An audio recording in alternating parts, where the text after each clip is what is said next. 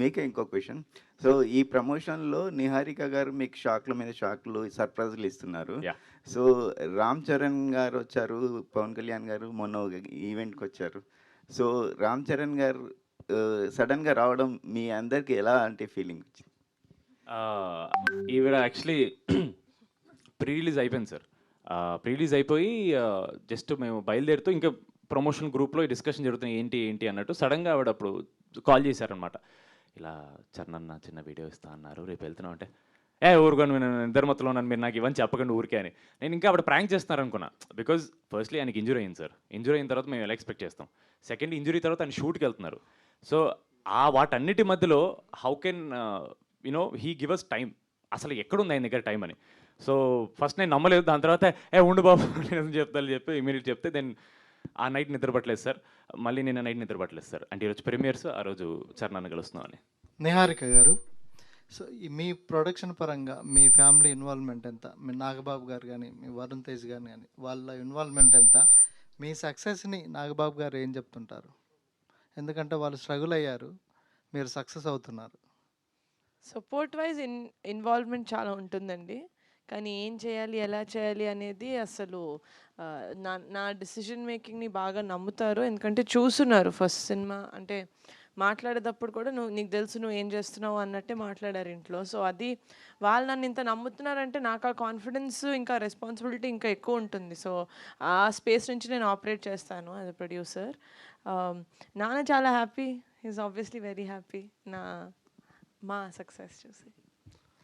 పవన్ కళ్యాణ్ గారికి చూపించారన్నారు టీజరు. ఆయన Yeah. ఏం చెప్పారు? మీ మీ దీని రియాక్షన్ ఏంటి ఆయన? అదే చాలా బయట కూడా చెప్పాను ఇంటర్వ్యూస్లో. హీ సెడ్ ఒక టీజర్ కానీ ఒక ట్రైలర్ చూసి అరే ఈ సినిమా బాగుంది వెళ్ళాలి అనిపించేవి చాలా తక్కువ అయిపోయాయి ఈ మధ్యన.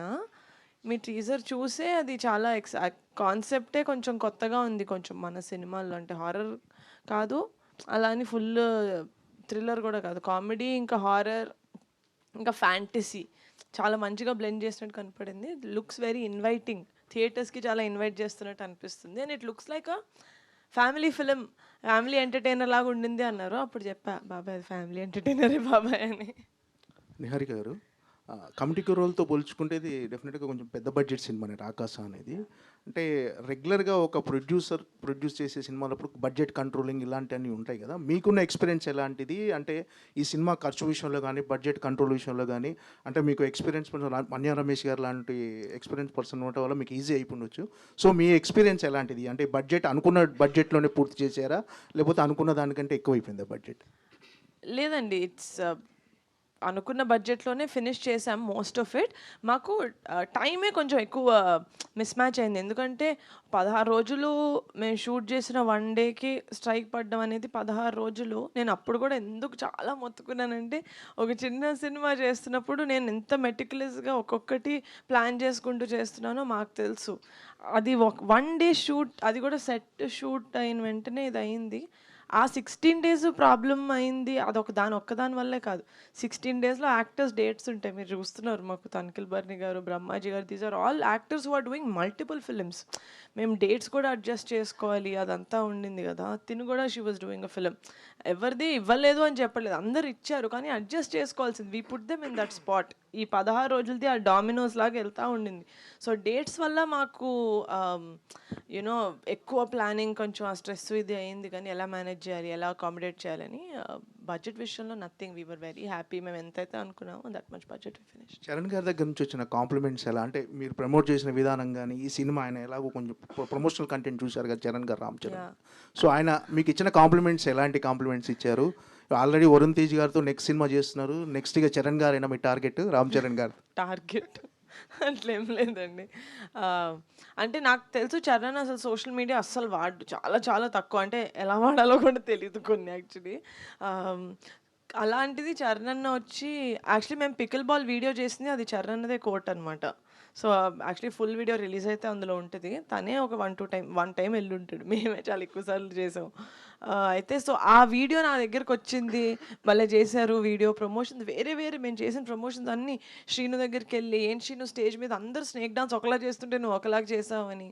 సో అస్సలు సోషల్ మీడియా టచ్ లేని, అంత వాడని అంత బిజీగా ఉండే ఒక యాక్టర్ దగ్గరికి మాది వెళ్ళింది అంటే there only I understood that జనాలకి తెలుస్తుంది, ఆడియన్స్కి తెలుస్తుంది మా సినిమా ఒకటి రిలీజ్ అయింది, ఆ అటెన్షన్ మేము గ్రాప్ చేయగలుగుతున్నాం. ఆ గ్రాప్ చేసిన దానివల్ల వాళ్ళు టీజరో ట్రైలరో చూస్తున్నారు, అక్కడి నుంచి కంటెంట్ మాట్లాడుతుంది.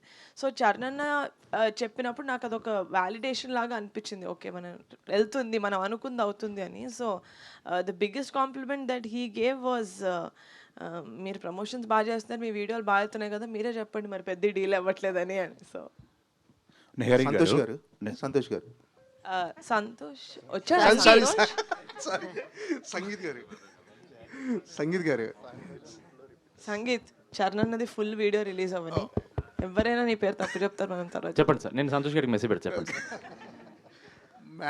మ్యాడ్ సినిమాలతో మీకంటూ ఒక ఫాలోయింగ్, ఒక గుర్తింపు తెచ్చుకున్నారు. అంటే ఏం గుర్తింపు సార్, నా పేరు కట్టు చెప్పట్లేదు మీరు. ఓకే, అంటే ఈ రెండు సినిమాల తర్వాత అంటే ఒక సక్సెస్ రావటము, ఆ సక్సెస్ నిలుపుకోవటం అనేది బిగ్గెస్ట్ రెస్పాన్సిబిలిటీ.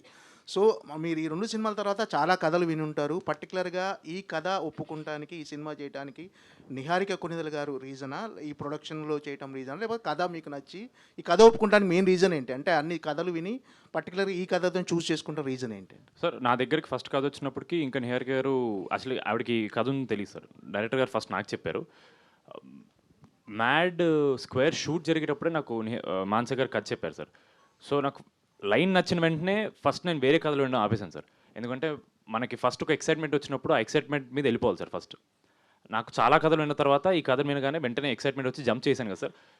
ఇమీడియట్లీ మళ్ళీ వేరే కథలు వింటే నా జడ్జ్మెంట్ అటు ఇటు అవుద్దేమో అని చెప్పి I stuck to what I felt. First feeling ఏదో వస్తే అదే కరెక్ట్ సార్. ఎప్పుడన్నా